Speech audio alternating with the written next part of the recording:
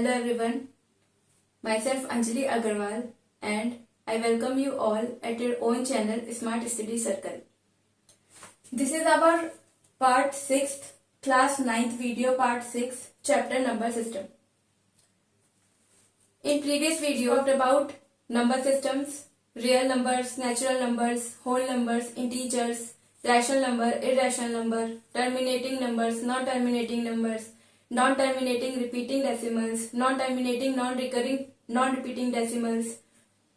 Recurring and repeating are same, so non-terminating non-recurring decimals, non-terminating recurring decimals, and also we talked about examples from 1 to 10, that is 1, 2, 3, 4, 5, 6, 7, 8, 9, 10, and exercise 1.1, exercise 1.2. We talked that how we can represent irrational numbers on number line. Then we talked that how we can distinguish that whether the given number or the given fraction is terminating or non-terminating. We have also discussed about the trick that is used for determining that whether the fraction which has been given to us is terminating or non-terminating without long division. So we have learned a lot, so many things we have learned in this chapter. Now today what we are going to see, let us have a look. So our objectives for today are exercise 1.3, question second, question third, fourth, fifth, sixth, seventh, eighth, ninth. In this question we are asked that, first of all, this is exercise 1.3 second question. You know that 1 by 7 equals to 0.142857 bar. Can you predict what the decimal expansion of 2 by 7, 3 by 7, 4 by 7, 5 by 7, 6 by 7 are without actually doing the long division? If so and how? देखिए इस question में हमको क्या करना है. इस question में हमें 1 by 7 की वैल्यूज गिवन है. हमको ये बताना है कि हम इसकी हेल्प से, सिर्फ इसी की हेल्प से, बिना कोई कैलकुलेशन, बिना कोई लॉन्ग डिवीजन किए 2 by 7, 3 by 7, 4 by 7, 5 by 7, 6 by 7 की वैल्यूज बता सकते हैं क्या? देखिए इसे कैसे कर सकते हैं. देखिए इस क्वेश्चन में हमको 1 by 7 equals to 0.142857 bar given है. हमको 2 by 7, 3 by 7, 4 by 7, 5 by 7, 6 by 7 की वैल्यूज इसके अकॉर्डिंग निकालनी है. सबसे पहले हम 1 by 7 का बार का मीन्स क्या होता है. देखिए बार ये होता है, इसका हिंदी में मीनिंग होता है बार, यानी कि जो चीज बार बार आए उसी को बार कहेंगे. Which repeats again and again is called bar term और बार डिजिट. यहाँ पे ये पूरी चीज, ये पूरा डेसिमल हमारा रिपीट कर रहा है, ये पूरी डिजिट्स रिपीट कर रही है. इसका मतलब है हम इसको अगर लिखना चाहें so we can write it like this also. We can write it like this also. तो हमको 1 by 7 की वैल्यू गिवन है, हमको एक आ गया 2 by 7 की वैल्यू कैलकुलेट कीजिए. सो देखिए we can write 2 by 7 like this also. हम इसे ऐसे भी लिख सकते हैं. सो 2 इक्वल्स 2 इंटू, अब 1 by 7 की वैल्यूज को यहाँ पे we are going to put here. चीज मल्टीप्लाई में है तो हमको 2 से इस चीज को मल्टीप्लाई कर देनी है. सो 2 7s are 14, carry 1, 2 5s are 10, carry 1 plus 11 1, 2 8s are 16, carry 1 17, 2 2s are 4, 2 2s are 4, carry 1 5, 2 4s are 8, 2 1s are 2 point decimal, 2 zeros are 0. It means हमारी जो वैल्यू होगी वो ये होगी. So we can write it like this also. 0 decimal point 285714 bar. We have to do what in this question? We are going to simply multiply this 2 by this term. हम सीधे इसको इससे मल्टीप्लाई कर दे रहे हैं. Then we will get our answer. हमें हमारा आंसर मिल जाएगा. सिमिलरली हम 3 by 7 को 3 into 1 by 7 लिख सकते हैं. Similarly for these answers 3 by 7, 4 by 7, 5 by 7, 6 by 7 हमें इसमें कुछ नहीं करना है. हमें just simply 3 into this value, 4 into this value, 5 into this value, 6 into this value कर देनी है. I hope that you can multiply this. आप इसको मल्टीप्लाई कर सकते हैं, इसीलिए I have not shown the full multiplication here. I have just simply multiplied it. We are going to see these answers. देखिए what we have done in this question.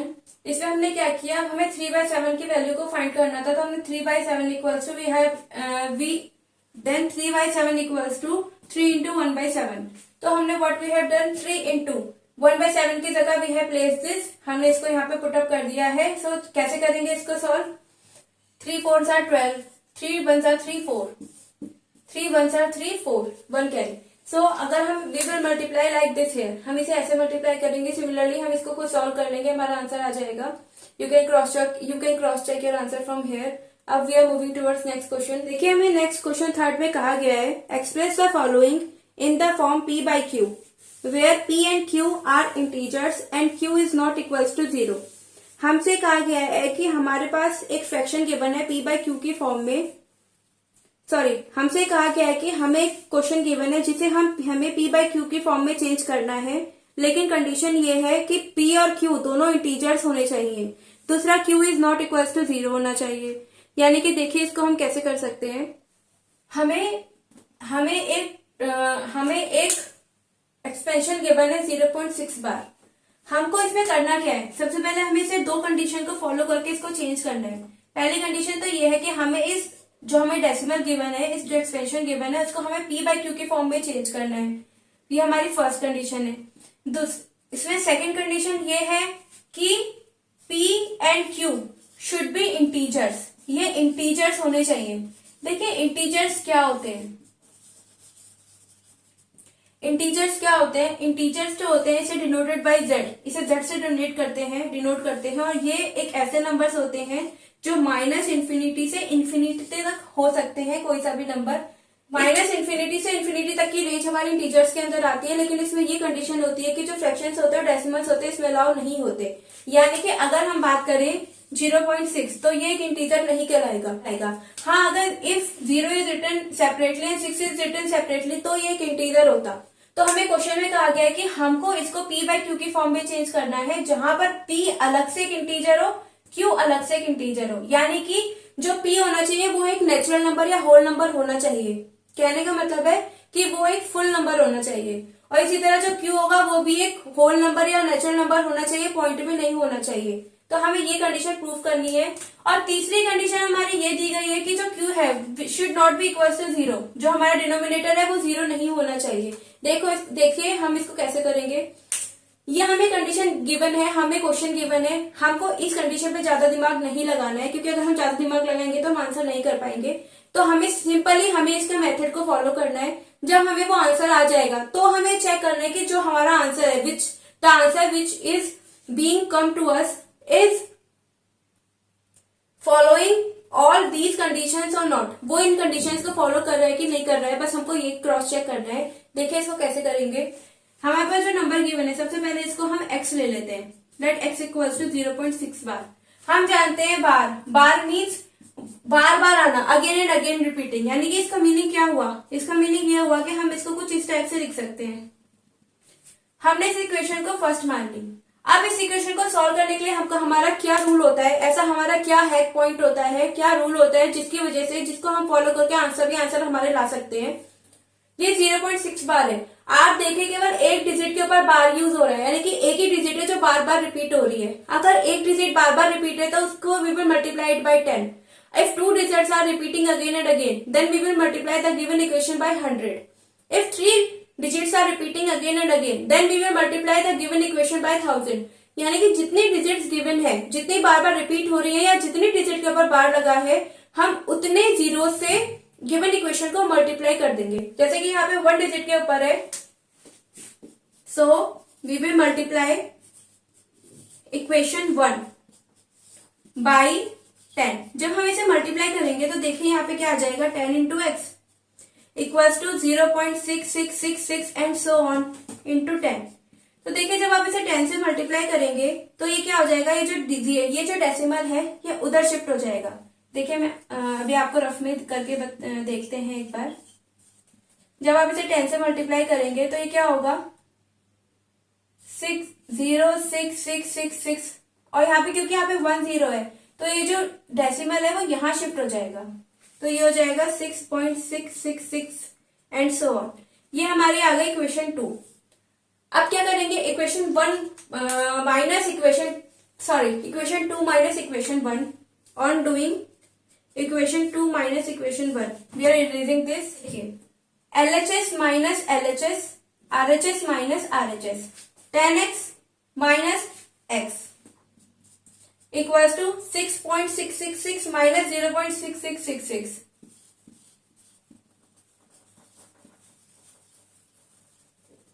देखिए 10 में से 1 we will subtract, then it will become 9। अब इसको कैसे solve करेंगे, इसका आप थोड़ा सा रफ में देखिएगा। ये है हमारा 6.6666 और ये है हमारा 0.6666। देखिए यहाँ पे इंफिनिटी है, तो अगर आप चाहें तो एक 6 अपने आप यहाँ पे ऐड कर सकते हैं। तो यहाँ पे देखिए this whole term gets cancelled हो जा रही है। दिस इज 6, तो here it is only 6 remains, यहाँ पे केवल 6 बच जाएगा। So x equals to 6/9। So 3 2s are 6, 3 3s are 9, so our answer is 2/3। अब आप ये देखिए द आंसर विच इज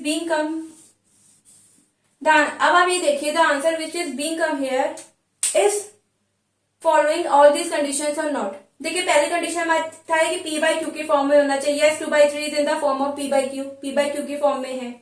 दूसरा p और q शुड बी इंटीजर्स, यानी कि p भी एक पूरा नंबर होना चाहिए और q भी एक पूरा नंबर होना चाहिए, डेसिमल नहीं होना चाहिए। तो जो p है यानी कि 2 है वो भी एक पूरा नंबर है, और जो q है यानी कि 3 है वो भी एक पूरा नंबर है। तीसरा q is not equal to 0, q 0 नहीं होना चाहिए, means 3 is not equal to 0, यानी कि the answer which is written here is following all these condition, so we can say the answer is correct. I hope actually look, ये जो questions होते हैं they are very important for your exam. This will be asked in your exam, ऐसे question आपके exam में पूछे जाएंगे। लेकिन द डिफरेंस ये हो सकता है कि यहाँ पे 0.6 बार हो सकता है 0.66 बार हो सकता है 1.6 बार हो सकता है 7.6666 बार यानी कि the digits under bar can be changed, और we can say the full expansion can be changed. ये चेंज हो सकता है, लेकिन it is sure that this type of question will be asked in your exam, so please practice these types of questions. आप practice कीजिए, ये वाले आपके पूछे जाएंगे। So moving towards next part, देखिए how we can solve this question. आपको 0.47 बार given है। सबसे पहले write it in simple form, आप इसे सिंपल फॉर्म में लिखिए 0.7 bar. It means this can be written as, आप यहाँ पे देखिए जो 7 है, जो बार है वो केवल 1 digit, it is over 1 digit, the bar is over 1 digit, so it means 1 digit is repeating again and again. केवल एक ही के ऊपर बार है, यानी कि एक ही जो डिजिट होगी वो बार बार रिपीट कर रही है। So you can write it like this also, आप इसे कुछ इस टाइप से भी लिख सकते हैं। So this is equation 1। Now अब आप ये जानते हैं कि ये एक हैक रूल होता है, जितने डिजिट के ऊपर बार है यानी कि जितने डिजिट्स रिपीट कर रही हैं, we will multiply the given equation by that zeros. It means here 7 is repeating again and again, it means एक डिजिट रिपीट कर रही है, तो यहाँ पे हम इक्वेशन 1 को 10 से मल्टीप्लाई कर देंगे। So it is written like this 0.4777 and so on multiplied by 10। जब आप इसे मल्टीप्लाई करेंगे तो ये जो 0 होगा, ये जो पॉइंट होगा वो 1 0 आफ्टर यहाँ पे शिफ्ट हो जाएगा। This is equation 2। So equation 2 is subtracted by equation 1. So you can write it like this also. I hope this is clear to all of you. This question is very important. ये question बहुत important है क्योंकि this will be asked in your exam, आपके exam में पूछा जाएगा। हो सकता है the magnitude values, the number is changed, but this will be asked. तो देखिए how to solve it roughly. 10 minus x equals to 9x. Now it's time to solve this RHS part. How we can solve this?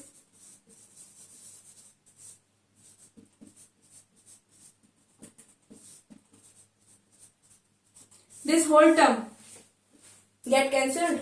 7 minus 4, 3. 4 minus 0, 4. It means here it is 4.3 is remaining here. So how we can solve next? X equals to 4.3 by 9. देखिए अगर हम चाहें तो answer यहाँ छोड़ सकते हैं, ठीक है, हम चाहें तो we can leave the answer here. But according to the question के अकॉर्डिंग ये है कि जो नंबर होना चाहिए, जो फ्रैक्शन होना चाहिए वो p अपॉन q की फॉर्म में होना चाहिए। ठीक है, हमारा p upon q is following here. Second, p और q दोनों इंटीजर्स होने चाहिए। p भी एक पूरा नंबर होना चाहिए, q भी एक पूरा नंबर होना चाहिए। p और q में कहीं पे भी पॉइंट नहीं आना चाहिए।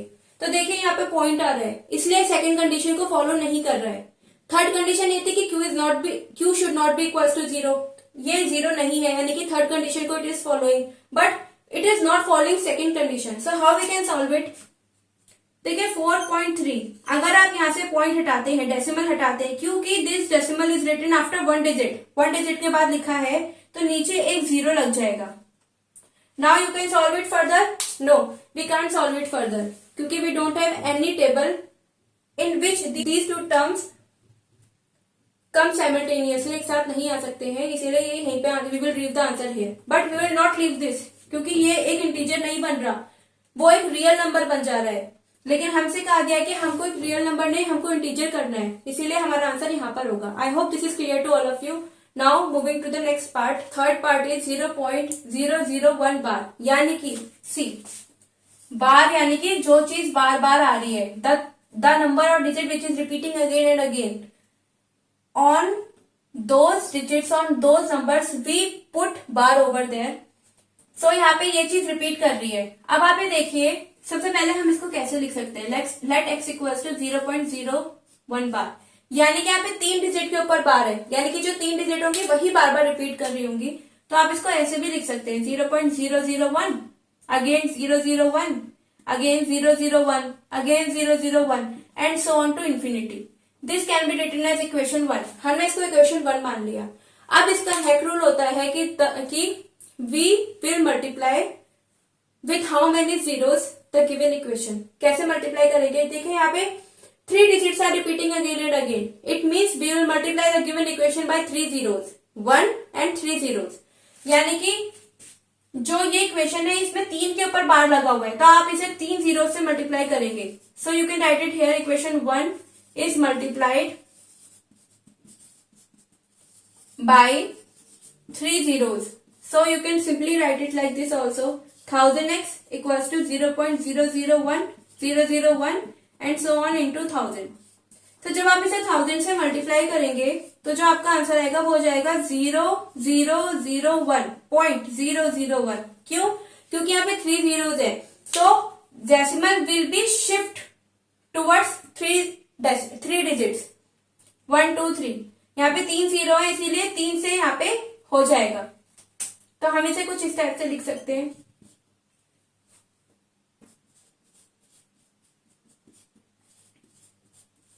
ऑन डूइंग फर्दर सिंप्लीफिकेशन, अगर हम इसको और फर्दर सिंप्लीफाई करना है तो ये जो आगे के जीरोस होते हैं, these zeros are not countable. आगे के जो डिजिट्स होंगे वो जीरोस होंगे, काउंटेबल नहीं होते. तो आप इसको यहाँ पे 1 पॉइंट, यहाँ पे ये 1 बच गया, 1.001 and so on to infinity भी लिख सकते हैं.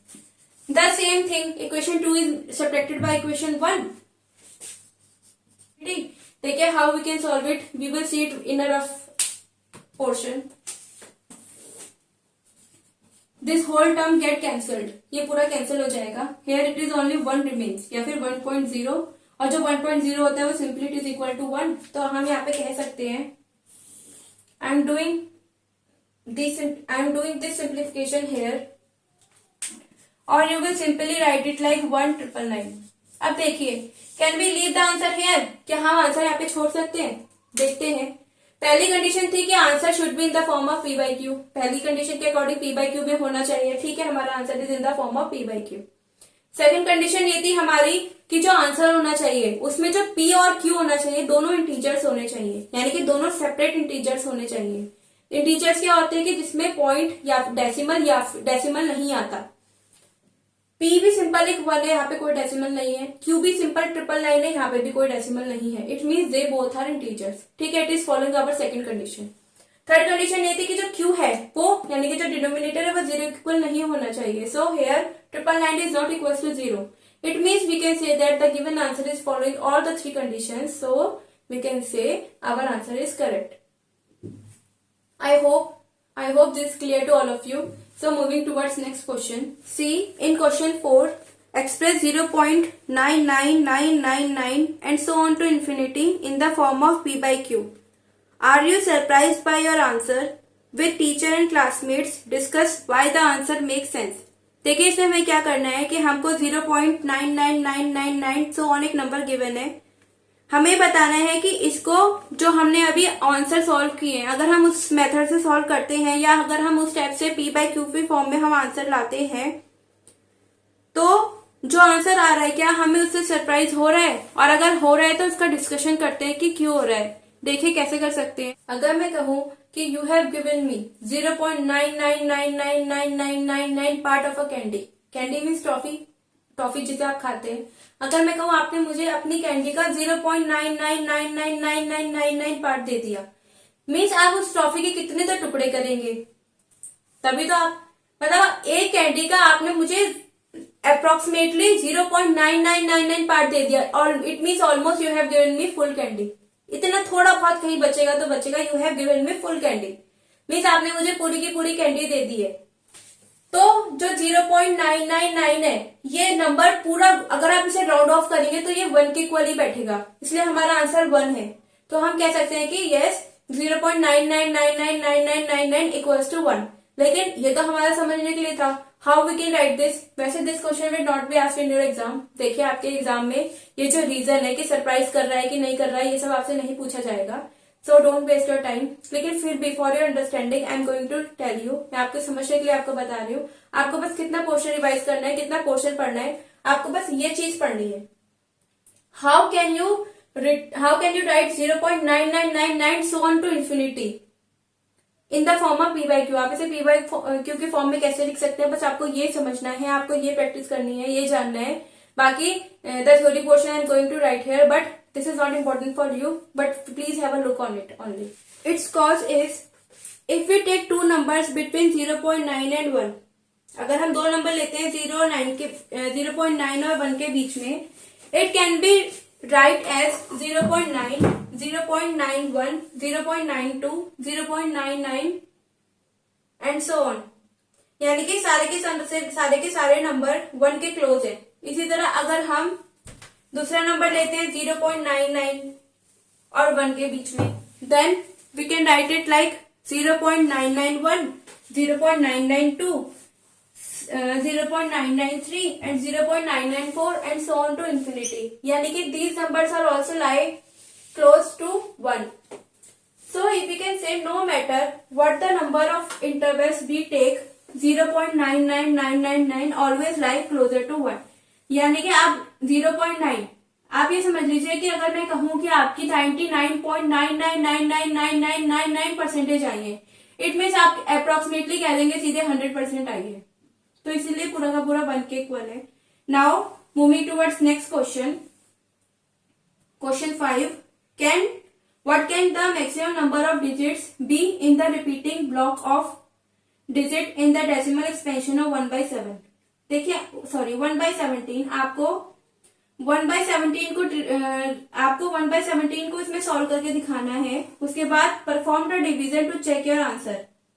सबसे पहले तो आपको 1/17 को इसमें सॉल्व करके दिखाना है। उसके बाद आपको ये बताना है कि after how many digits the expansion is repeating again, यानी कि कितने डिजिट बाद, यानी कि कितने ब्लॉक ऑफ डिजिट बाद वो जो एक्सपेंशन है वो रिपीट कर रहा है। आपको इसमें ये दिखाना है।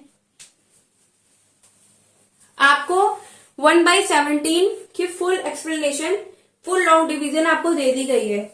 आप इसके अकॉर्डिंग आपको 1/17 की फुल डिवीजन आपकी स्क्रीन पे शो हो रही है। उसके बाद आप ये देखिए कि जो हमारा क्वेश्चन है वो है 0.0588235294117647।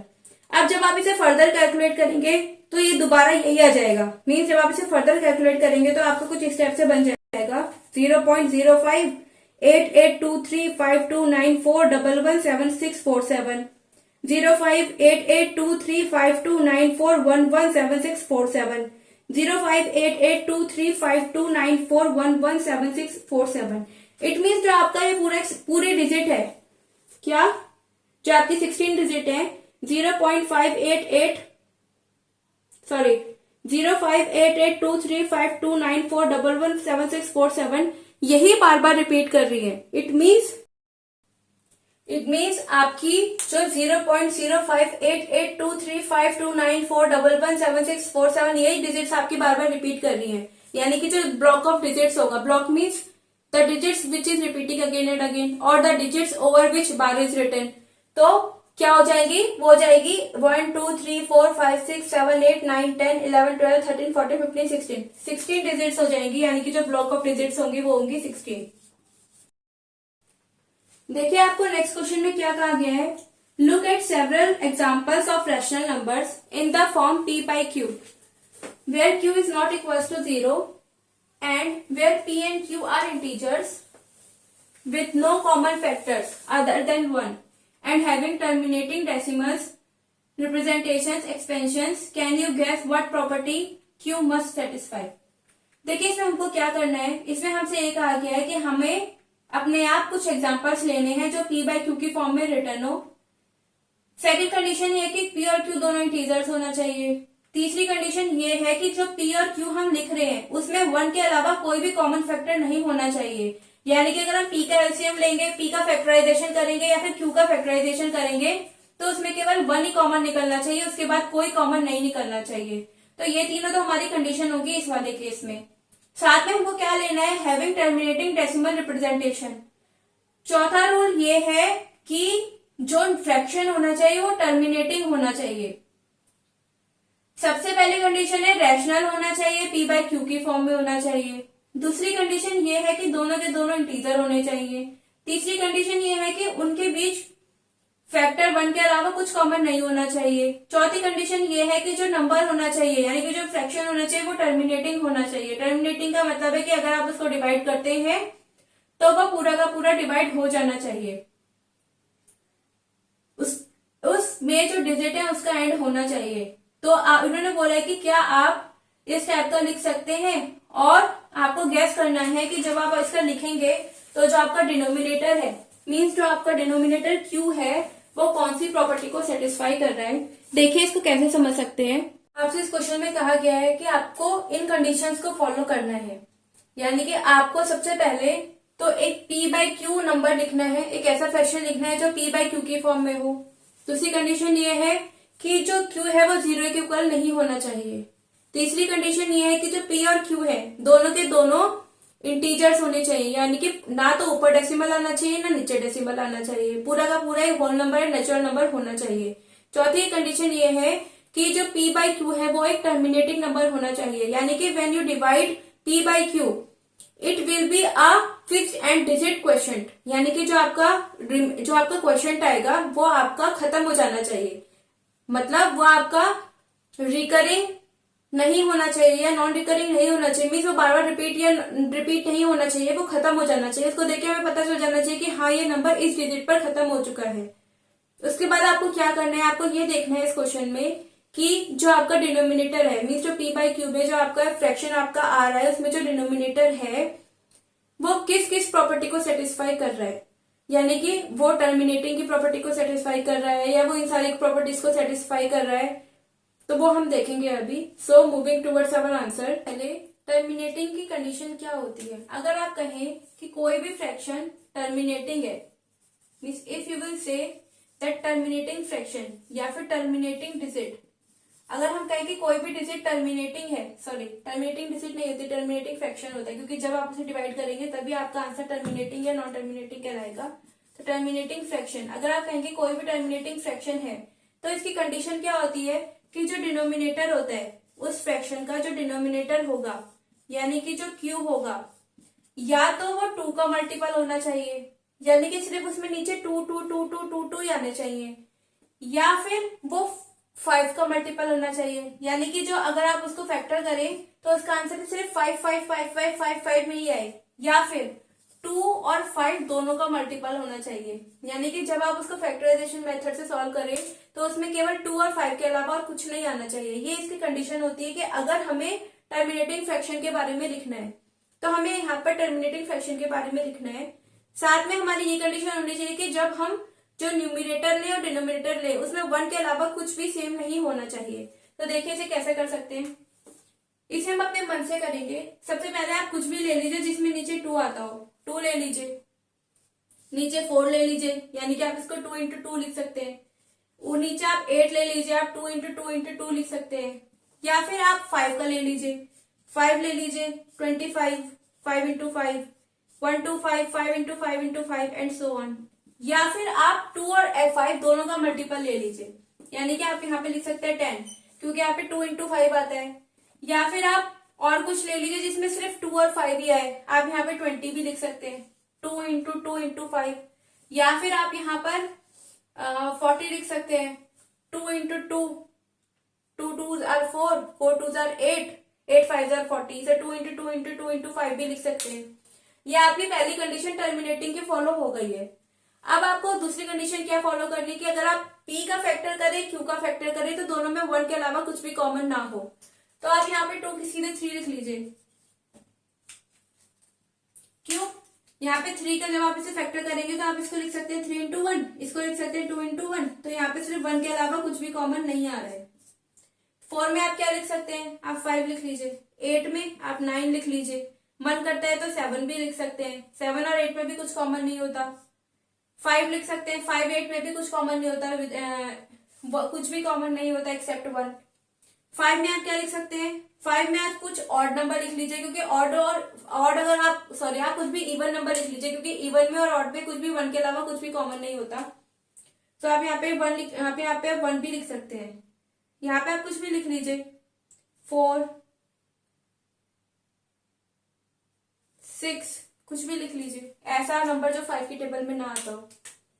इसी तरह 10, अब यहाँ पे आप ऊपर क्या लिखेंगे, ऐसा कोई नंबर जो 5 और 2 दोनों की टेबल पे ना आता हो, तो आप सिंपल लिख लीजिए 3। यहाँ पे आप कुछ भी लिख सकते हैं, 3 9 लिख सकते हैं, क्योंकि 9 भी 2 और 5 की टेबल में नहीं आ सकता। आप 7 लिख सकते हैं, यहाँ पर आप कुछ भी लिख सकते हैं। सिमिलरली 20 आप कुछ भी लिख सकते हैं। तो अगर आप यहाँ पर अगर आप सिंपल लिखना चाहें तो आप सीधे से कुछ भी ले लीजिए। सबसे पहले आप यहाँ पर 3 ले लीजिए, देन टेक इट 7, क्योंकि 7 2 और 5 की टेबल में नहीं आता। इसी तरह आप 9 ले लीजिए, 2 और 5 की टेबल में नहीं आता।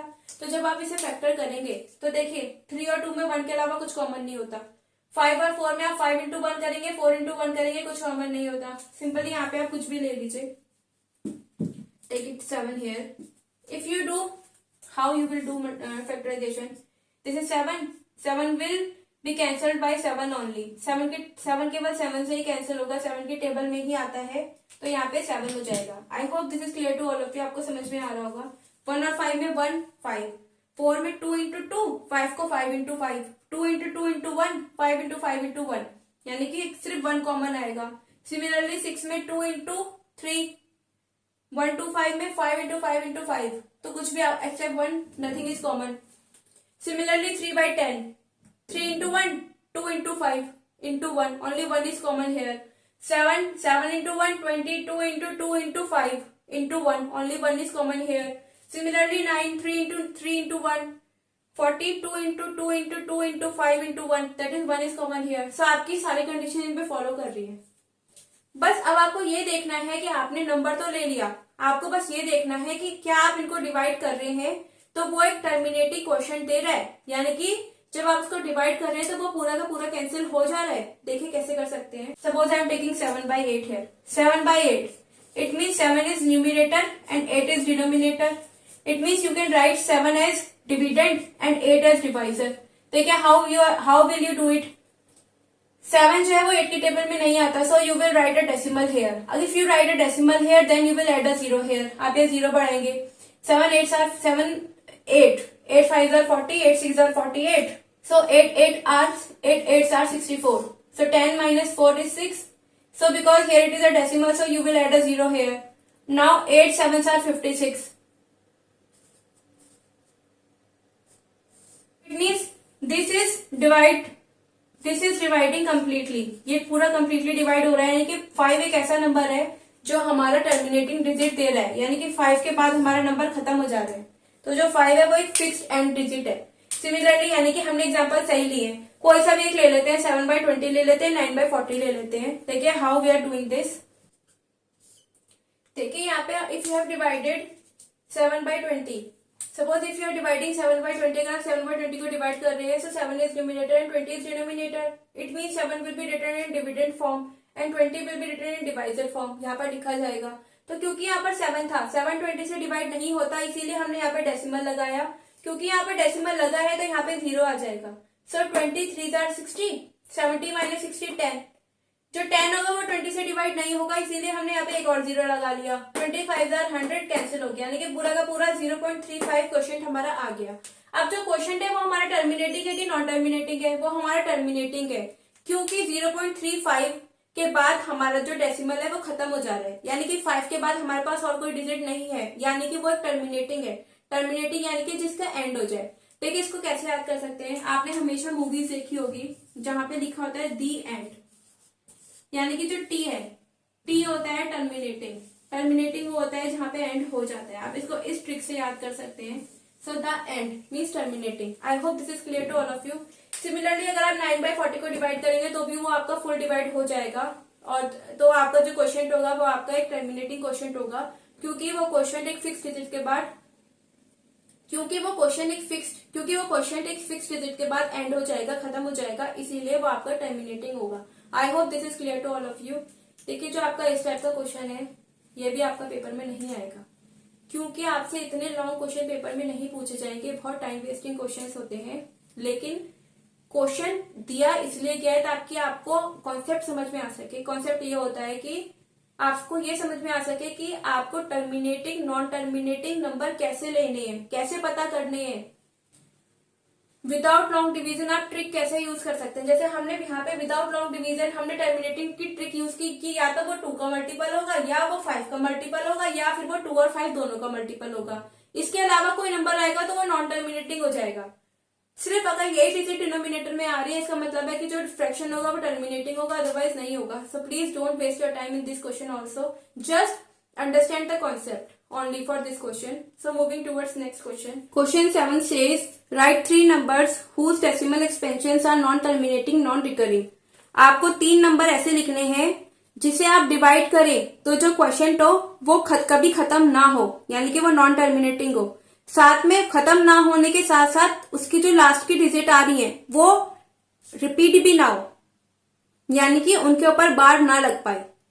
तो देखिए इसको कैसे कर सकते हैं। देखिए इस क्वेश्चन में जो हमारी कंडीशन है वो कंडीशन ये है कि हमको एक नॉन टर्मिनेटिंग डेसिमल लेना है, साथ में वो नॉन रिकरिंग भी होना चाहिए या फिर नॉन रिपीटिंग भी होना चाहिए। सबसे पहले तो हमें वो नॉन टर्मिनेटिंग होना चाहिए, यानी कि वो खत्म नहीं होना चाहिए, नॉन एंडेड होना चाहिए। साथ में वो नॉन रिकरिंग या नॉन रिपीटिंग भी होना चाहिए। नॉन रिपीटिंग या नॉन रिकरिंग वो होता है कि ऐसा डेसिमल जो खत्म ना हो, साथ में जो उसकी डिजिट्स है वो रिपीट भी ना हो। तो आप इसमें कुछ भी ले लीजिए, हमें 3 लेने हैं तो कुछ भी ले लीजिए आप। 09, 009, 0009, 0000009 एंड सो ऑन। साथ में फिर सेकंड में आप कुछ भी ले लीजिए 1.67, 9, 8, 3, 4, 7, 3, 5, 9 एंड सो ऑन। अपनी कुछ भी नंबर से आप लिख लीजिए। थर्ड आप कुछ भी ले लीजिए 0.07, 8, 9, 0762, 007, 00007 and so on to infinity. देखिए ये जो सारे डेसिमल्स है, first of all they are non terminating means they are non ended decimals. The digits are non ending, खत्म नहीं हो रहे हैं, बढ़ते जा रहे हैं। Similarly non repeating means they are non repeating means the digits are non repeating. 09 यहाँ पे 009 है, यहाँ 0009 है, यहाँ पे 1 2 3 4 5 zeros 9 है, इसी तरह यहाँ पे 9 है, इसी तरह यहाँ पे 6 7 9 8 3 5 7 so on to infinity 0 7 8 9 0 7 6 2 0 0 7 0 0 0 0 0 7 and so on to infinity। ये नंबर हमारे and 0 0 7 0 0 0 0 0 7 and so on to infinity, इसी तरह ये नंबर बढ़ते जा रहे हैं। So moving towards next question, I hope this is clear to all of you। देखिए ट्रिक है, हमने अभी पढ़ी है थोड़ी देर पहले। दी एंड, फिल्म्स के एंड में या फिर कहीं पे भी सीरियल्स के एंड में लिखा होता है दी एंड, यानी कि खत्म हो चुका है पार्ट। तो आप इसको यहाँ से टी यानी कि टर्मिनेटिंग, तो दी एंड मीन्स टर्मिनेटिंग नंबर्स। आप इसको ऐसे भी याद कर सकते हैं। सो मूविंग टुवर्ड्स नेक्स्ट क्वेश्चन। आपसे क्वेश्चन 8 में कहा गया है find 3 different irrational numbers between the rational numbers 5/7 and 9/11। हमको 2 रैशनल नंबर गिवन है 5/7, 9/11। उनके बीच हमको रैशनल नंबर फाइंड आउट नहीं करना, उसके बीच हमें 3 इरेशनल नंबर फाइंड आउट करना है। देखिए इसको कैसे कर सकते हैं। देखिए इस क्वेश्चन में हमको गिवन है कि 5/7 और 9/11 हमारे पास 2 रैशनल नंबर्स हैं और हमको इनके बीच इरेशनल नंबर कैलकुलेट करने हैं। रैशनल नंबर कैसे पता चले रैशनल है, क्योंकि पी अपॉन क्यू की फॉर्म में दिए हैं, क्योंकि ये फैक्टर की फॉर्म में दिए हैं, इसीलिए ये रैशनल नंबर है। अब हमको क्या करना है, इसमें इरेशनल नंबर पता करना है, यानी कि हमको इनमें ऐसे नंबर लिखना है जो एंड ना हो रहे हो, जो कंटिन्यू चलते जा रहे हो। तो देखिए जब हम 5/7 को डिवाइड करते हैं तो हमको क्या मिलेगा, 7 is denominator so it will be written in divisor form and 5 is numerator so it will be written in dividend form. जब आप इसे डिवाइड करेंगे, here it is 0 point, so here you will write a 0, sorry this is 7 7s are 49, so this is 1। यहाँ पे decimal है इसलिए 0, 7 1s are 7, so here it is 3, here it is a decimal so you will add a 0 here। I hope this is clear to all of you। 7 4s are 28, this is 2 because here it is a decimal so you will write a 0 here। 7 2s are 14, 6, I am writing 6 here because there is no space, that's why I am writing it here। यहाँ पे 6 आ जाएगा, here it is 7 because here is a decimal, already there is a decimal so you will write a 0 here। So 7 8s are 56, here it is 4 so again there is a 0 because there is a decimal here, so 7 5s are 35, again here is 5, then 0 again, so 7 7s are 49। Look here that after this 7, after this 5, digits are repeating again, means you can write like this also, 7 1 4 2 8 5 7, this means this number is repeating again, ये repeat कर रहा है, तो आप directly 5/7 को आप ये चीज लिख सकते हैं। सिमिलरली जब आप 9/11 को लिखें डिवाइड करेंगे रफ में तो क्या आएगा वो भी देखते हैं। देखिए अब यहाँ पे क्या हुआ, आपने जब 9/11 किया तो आपने 9 को न्यूमरेटर में रखा, 11 को नीचे रखा, तो आपका आंसर आया। जब आप इसको ऐसे सॉल्व करेंगे तो आपका जो क्वेश्चन है this is repeating again and again, means 0.81 81 81 81 means the digit 81 is repeating again and again. So आप इसे ऐसे भी लिख सकते हैं। अब आपको कहा गया है कि आपको इनके बीच 3 इरेशनल नंबर निकालने हैं, यानी कि कोई से भी इनके बीच के 3 नंबर लिखने हैं जो एंड ना हो रहे हो, जो नॉन एंडिंग हो। तो आप कुछ भी लिख सकते हैं, ये आपका चॉइस है, जरूरी नहीं है कि जो आपको आंसर शीट में आंसर गिवन हो वही आपका आंसर हो, ये आप अपने मन से लिख सकते हैं, कुछ भी लिख सकते हैं, but the condition is the 3 numbers should be lie between these two, ये आपकी कंडीशन, तो आप खुद लिख लीजिए। देखिए कैसे लिख सकते हैं। इसका मीनिंग क्या हो गया, इसका मीनिंग तो ये हो गया कि कुछ इस टाइप से नंबर है जो रिपीट कर रहे हैं, ये हो गया इसका मीनिंग। 7 1 4 2 8 7 1 4 2 8 5 कुछ इस टाइप से रिपीट कर रहे हैं। और इसका मीनिंग क्या हो गया, 0.81 81 81 एंड सो ऑन। तो आप कुछ भी लिख लीजिए, पहला नंबर आप इसके बाद का उठा लीजिए, यानी कि 0.7 और 0.8 के बीच के कोई सा भी नंबर लिख दीजिए। आप यहाँ पे ऐसा लिख दीजिए 2, 1 के बाद आप 2 लगा दीजिए, 4 3 7 9 सो ऑन। इसी तरह से आप इसके बाद कुछ भी लिख लीजिए, 0.73 4 3 7 9। इसके बाद आप कुछ भी लिख सकते हैं, आप 0.81 से पहले का ले लीजिए, 0.80 81 80 96 कुछ भी लिख लीजिए। इट इज योर चॉइस, कि आपकी चॉइस है। हाँ पेपर में इस टाइप के क्वेश्चन पूछे जाते हैं तो इसमें भी आप अपने मन से लिख सकते हैं। जो टीचर होंगे ही और she will check only that whether you are following this condition, means whether your answers are lying between these two terms। वो बस ये देखेंगे कि whether your answer lies between these two numbers, whatever be the your answer, but it should be lies between these two। तो आपको बस वो answer ये देखेंगे, बाकी आप कुछ भी लिख सकते हैं और इस टाइप के क्वेश्चन पूछे जाते हैं एग्जाम में। So moving towards next question. देखिए अगर इस क्वेश्चन में आपसे, ये हमारा सेल्फ मेड क्वेश्चन है, we have made it our self because we want to recall our previous question which we have done in our previous class। हम अपना पुराना रिकॉल करना चाह रहे हैं। अगर इसमें ये हमारे पास क्वेश्चन गिवन होता और अगर हमसे कहा होता कि इरेशनल ना पूछ करके question is asked from us that 3 rational numbers we have to calculate. देखिए कैसे करेंगे। सबसे पहले जो हमको ये चीज गिवन है, हमको 2 नंबर गिवन है 5/7 और हमको गिवन है 9/11। सबसे पहले हमारा काम ये होता है कि we have to make LCM same, means we have to make denominator same. For this we will take LCM. हमें अपना डिनोमिनेटर सेम करना है, तो इसके लिए हम क्या कर सकते हैं? देखिए सबसे पहले 7 और 11 को कैसे लिख सकते हैं? 2 is 7 and 11 will not come in the table of 2. 3 we can't take, 4 we can't take, 5 we can't take, 6 we can't take, we will take directly 7.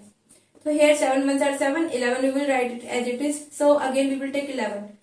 Therefore its LCM is 7 into 11 into 1. It is 77. अब ये 77 हम इस यहाँ पर हमारा 77 LCM आ गया, तो हम इसको कैसे बना सकते हैं? 77 into 11. Similarly here 11 को 77 कैसे करेंगे? Into 7. So we can write it like 55 by 77 and 9 sevens are 63 by 77.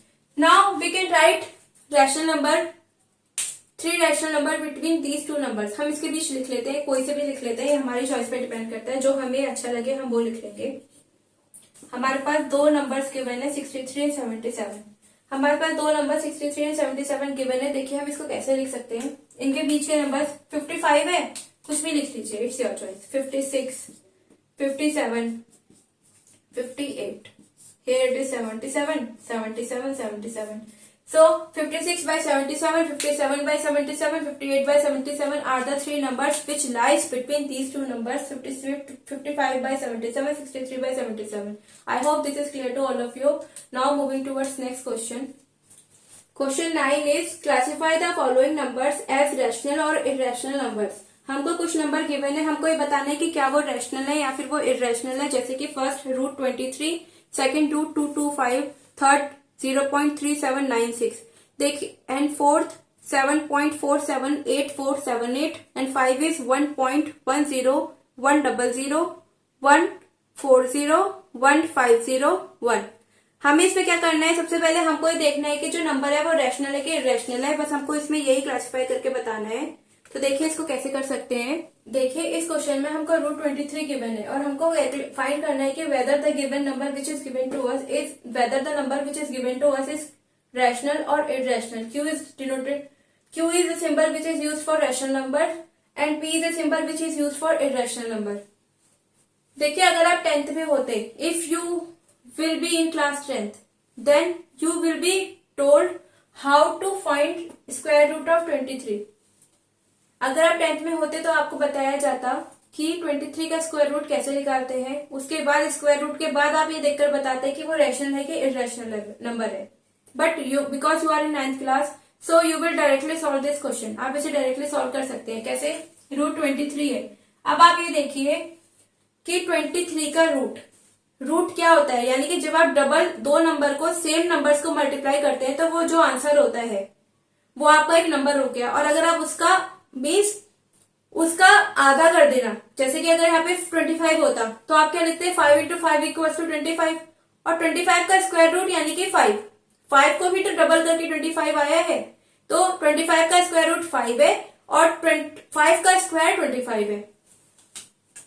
अगर आप 5 into 5 करते तो आंसर 25 होता, तो यानी कि जो 5 का स्क्वायर है, स्क्वायर ऑफ 5 इज 25। 5 का जो स्क्वायर है, 5 का जो स्क्वायर है वो 25 है। लेकिन अगर आप स्क्वायर रूट कहें of 25 is 5। I hope this is clear to you the terms square and square root. Square और स्क्वायर रूट का मतलब आप समझ रहे होंगे। देखिए जैसे ये, क्योंकि these two markers are different because this is of blue, this is blue marker and this is red marker, ये डिफरेंट है, इसलिए हम इसका स्क्वायर रूट नहीं कर सकते। लेकिन हाँ, अगर ये दोनों रेड होते या दोनों ब्लू होते, यानी कि ब्लू का ही स्क्वायर अगर हम कर दे तो 2 मार्कर बन जाएंगे, रेड का ही स्क्वायर कर दे तो 2 मार्कर हो जाएंगे।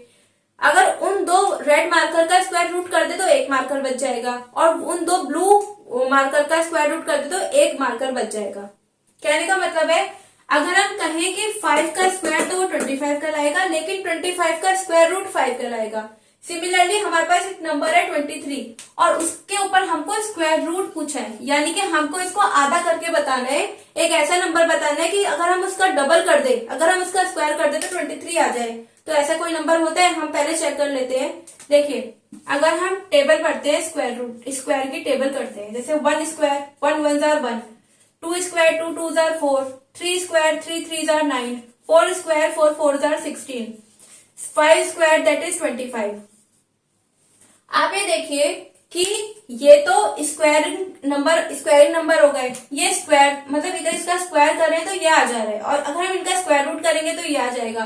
कहीं पे आपको 23 दिख रहा है कि अगर आप 23 का स्क्वायर रूट करें तो एक फुल नंबर, नेचुरल नंबर या होल नंबर आपको ऑब्टेन हो जाए, यहीं पे कहीं पे दिख रहा है? नहीं, हमको नजर नहीं आ रहा। इट मीन्स जो रूट 23 है वो एक इरेशनल नंबर होगा, क्योंकि हम उसको सिंपल नंबर में या फिर पी बाई क्यू की फॉर्म में नहीं लिख सकते। सिंपल नंबर जैसे कि अगर यहाँ पे कुछ 4 होता तो 4 को हम 4/1 लिख सकते हैं, इसीलिए हम इसे पी बाई क्यू की फॉर्म में लिख पा रहे हैं।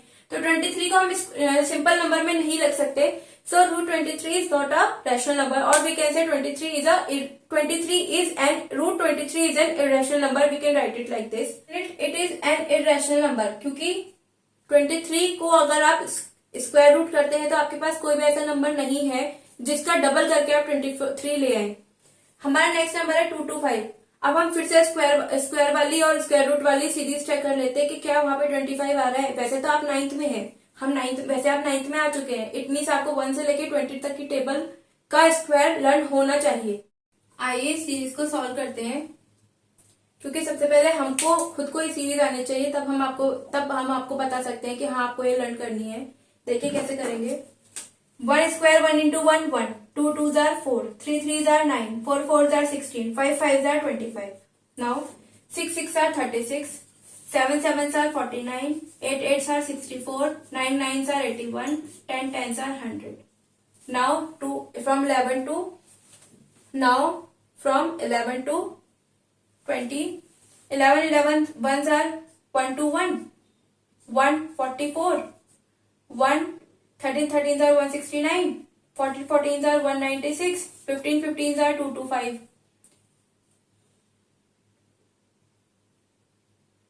15 15s are 225, 16 16s are 256, 17 17s are 289, 18 18 are 324, 19 19s are 361, and 20 20s are 400. So this is the series of square of number from 1 to 20। ये हमारी सीरीज है। ये हमको कोशिश करनी चाहिए कि हमको बाय हार्ट लर्न हो, क्योंकि तभी हम सॉल्व कर पाएंगे। तो आप यहाँ पे देखिए जो 2 to 5 है वो यहाँ पर कहीं पे लाई कर रहा है 2 to 5।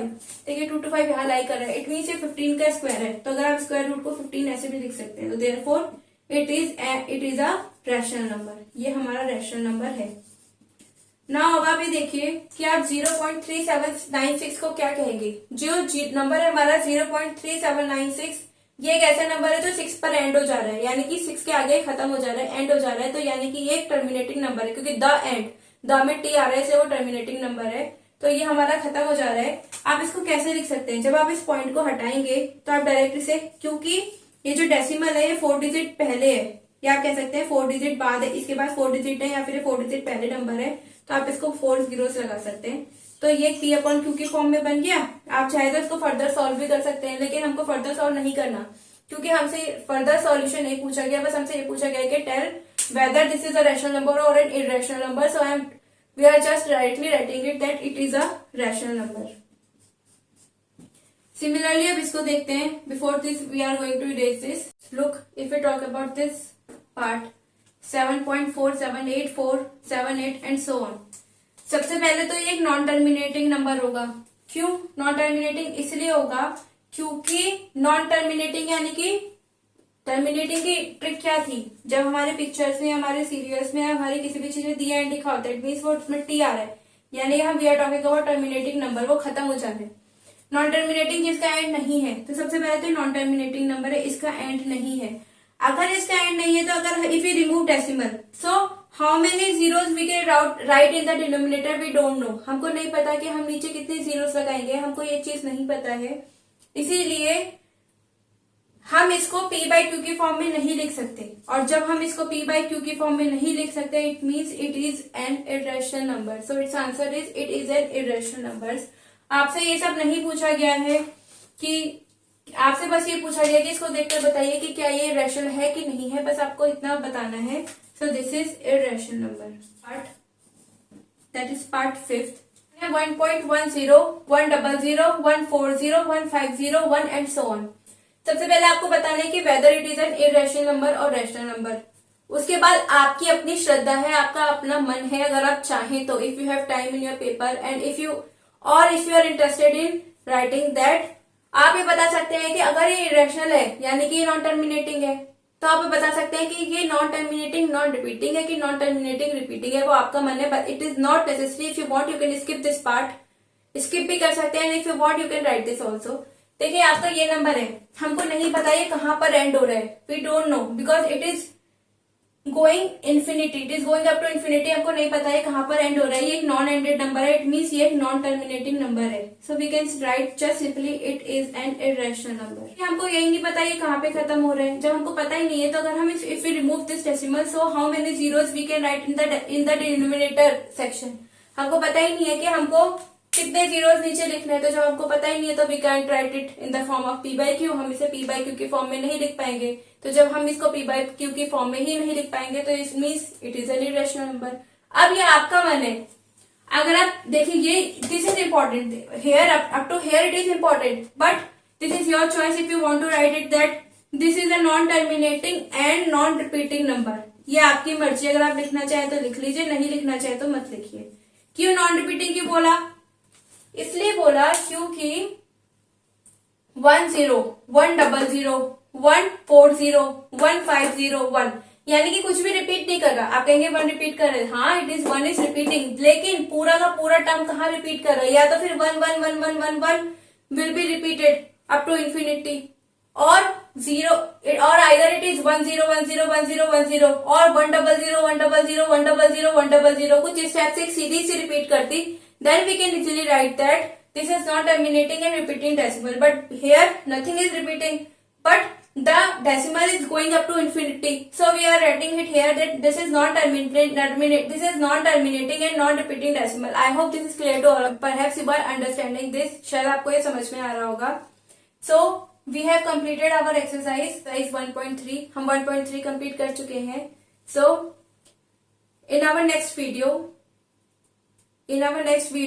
we will talk about visualizing the representation of a number in number line, means अभी तक हमने इरेशनल नंबर को नंबर लाइन पर रिप्रेजेंट किया है, लेकिन अब हम क्या करेंगे कि अब हमको एक इरेशनल नंबर गिवन होगा, अभी तक तो हम with the help of compass pencil eraser pencil उनकी हेल्प से हम नंबर लाइन पे रिप्रेजेंट करते थे डायग्राम बनाकर, लेकिन अब हमको इरेशनल नंबर को, यानी कि जो भी इरेशनल नंबर गिवन है या फिर जो भी हमारे पास रैशनल नंबर गिवन है, हम उसको नंबर लाइन पर रिप्रेजेंट करेंगे। जैसे कि अगर हमें नंबर गिवन है सिंपल 5.6, तो उसको हम क्या कह सकते हैं, ये आप जानते हैं कि 5.6 जो होता है वो 5 और 6 के बीच में लाई करेगा, क्योंकि ये हमें सुनने से ही पता चल जाता है। अगर मैं कहूं कि मेरे पास 2.5, अगर मैं कहूं मेरे पास 3 पेन है, if I have 3 pen, it means 3 is a number which line between 2 and 4, 2 और 4 के बीच में लाई कर रहे हैं। अगर मैं कहूं इफ आई हैव 2.5 चपाती, मेरे पास 2.5 रोटी है, it means number is lying between 2 and 3 chapati.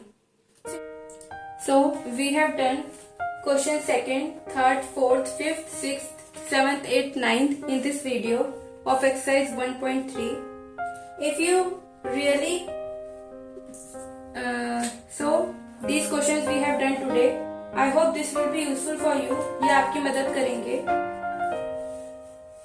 Okay, if you really, again I am saying that if you really liking my video, so please like my video, subscribe my channel, because कहीं ना कहीं it motivates me, it encourages me to make further videos, and also if you like my video, if you like my channel, then I can able to know that you are watching my videos. मुझे समझ में आ सकेगा कि हाँ आप मेरी video देख रहे हैं, you are enjoying my teaching. So thank you so much.